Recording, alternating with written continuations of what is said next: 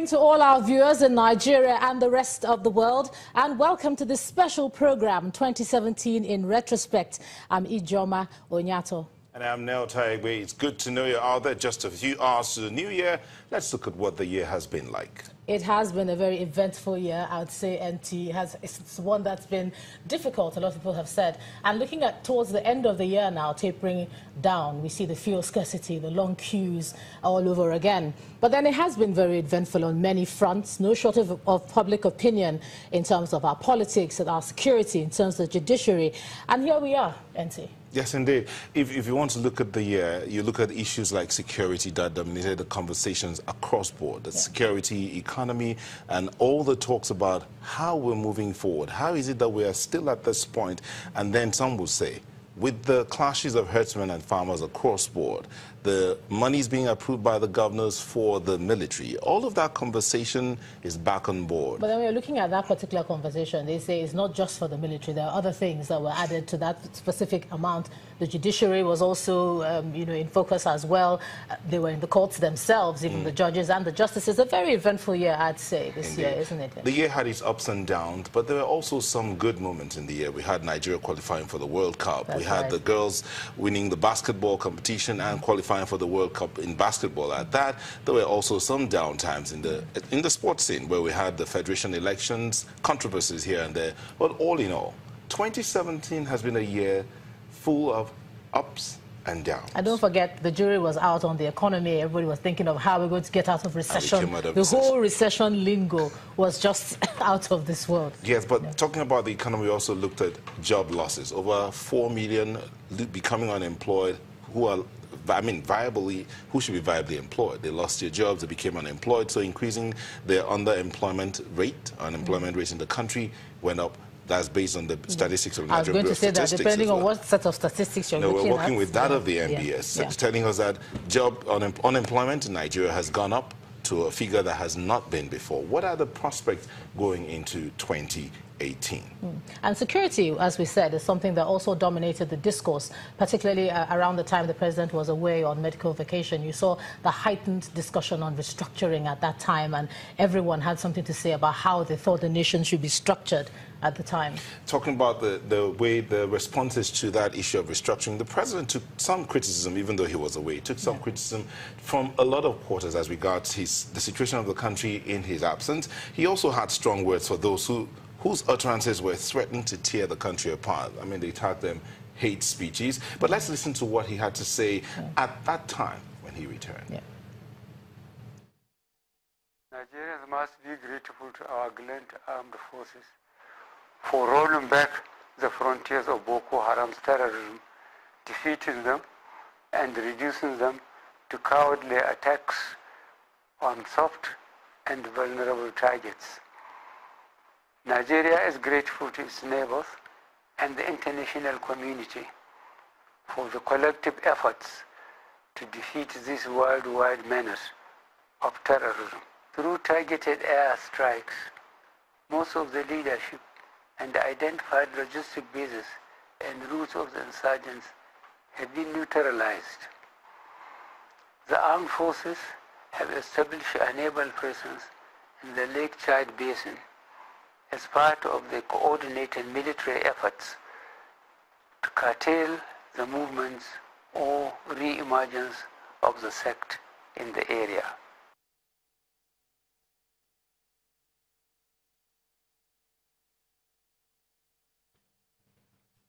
Indeed. That was the President, Federal Republic of Nigeria, Muhammadu Buhari, talking about the situation in the country, especially as regards the criticisms and the words uttered from different quarters that he thought were enough to tear the country apart. I know, but even at that time, you had more assurances from the government regarding security in the country, the kidnapping crisis, the way we also saw. We saw the herdsmen clashes and all sorts of attacks across the nation. But the Adamawa clash, that's particularly the one that happened in Mubi, was really one that was really, really deadly. And we captured part of what happened even at that time. Indeed. Yeah. Tuesday's terror attack on Mubi community in Adamawa State leaves behind a tale of sorrow and perhaps a big blow on the fight against terrorism in Nigeria's northeast. Survivors of the deadly attack are still in pain, and bodies of more than 20 victims of the attack already deposited at the morgue. They say it's one attack too many, shaking the soul of Mubi community and leaving behind a wound that might take a while to heal. In our record, we have 23 disease, which people that lost their lives, and we have 46 casualties on bed. There are conflicting casualty figures, but officials of the National Emergency Management Agency and health workers at the hospital put the record straight. We have 21 registered dead. Then we have over 20 who are injured.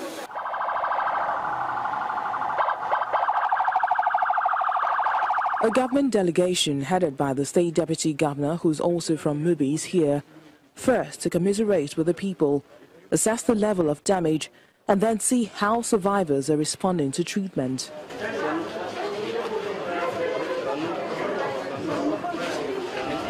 We have security arrangement properly in place, especially when people are entering mosque. They should be screened properly, even mosques and churches and public places. Mubi, just like many communities in the northeast, has suffered several terror attacks, but with this latest attack, all the people are asking for is better security, protection of lives and property, and forestall unforeseen attacks. Now, in the face of that clash, that was just one of the issues that happened in the area of security across the country. But that's, as you said, is one of those notable ones. There were other clashes that happened in Benue State, in other parts of the country, the herdsmen and farmers clashes all over the place, and then the pockets of attacks by Boko Haram in the northeast.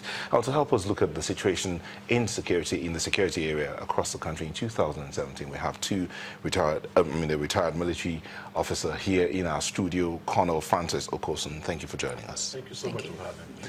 And in our Abuja studio, we have the Major General John Enenche, the outgoing spokesman for the Defense Ministry, as a Director, Defense Information. General Enenche, thank you for joining us. Thank you very much. Let's start with you, General Enenche, with this one. How would you rate the performance of the military in 2017 in the face of the different facets of security challenges that they had to deal with? Yes, I will look at our performance in the military from three perspectives. That is in the area of operation, administration, and logistics. Now, the area that concerns you most and maybe our target audience is in the area of general security. The burning point of all is in the northeast. I want to recall that let us look at where we are coming from. The intention, the aim, and the objective of the insurgents and terrorists to carve out an Islamic caliphate. By the time the present administration came on board and the present team of military management headed by the Chief of Defense Staff, the Army Staff, Navy Staff, and then the Air Staff came on board, the situation was not that too good. It was more or less, it seemed a bit hopeless, and they had some territories under their control. But as at December of 2015, they lost all those territories. And then looking at 2016, they pushed up to 22nd of December 2016, and their main headquarters where they do coordinate all their attacks, particularly around the northeast, was decimated. And that led to the degradation of the whole of the forces of the terrorists. Now, that translated into 2017. And at the beginning of 2017, the defense headquarters came out with a clear analysis of the situation, that what we are going to be witnessing, particularly in the northeast, and the epicenter in Maiduguri, will be limited to isolated attacks, particularly on soft targets. And that was what we witnessed all through. Now, the high point of our success in that particular area is that up to this month, up to today, which is the end of the year, is that the dexterity, the audacity, the formidability with which Boko Haram terrorists and insurgents used to operate, they lost it throughout the whole year. And of course, if we had gotten the cooperation of the general public by way of more information that we got and had converted them to intelligence, I tell you that the incidents that we recorded up to that of Mubi attack and all wouldn't have been, that much. But on the whole, looking at, like I said, where we came from, even from the beginning of last year and the beginning of this year, it is a big success for the armed forces of Nigeria and for the Nigerian Army in particular and the Air Force and the Navy that supported the operations in the Northeast. Now, we look out the Northwest, Operation Sharandaji against cattle rustlers, amongst others. A great success. By the middle of this year, it was almost at zero level. And again, we came up with a situation analysis and wonder, look, except all the other stakeholders come up with a formidable solution, otherwise there may be little resurgence, and that exactly happened. But again, when it happened between September and October, what happened?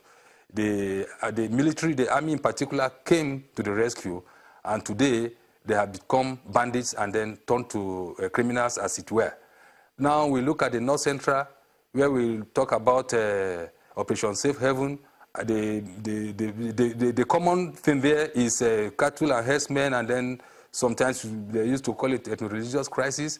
And we discovered that what used to happen in 2016 was no longer there.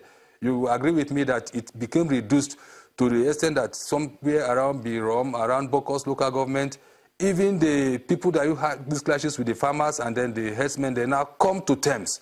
They are now known, but we didn't used to know them. And then the Operation Safe Haven hierarchy will now call them together with the other stakeholders like the government, and then they are talking. Yeah, sorry to have to... For us,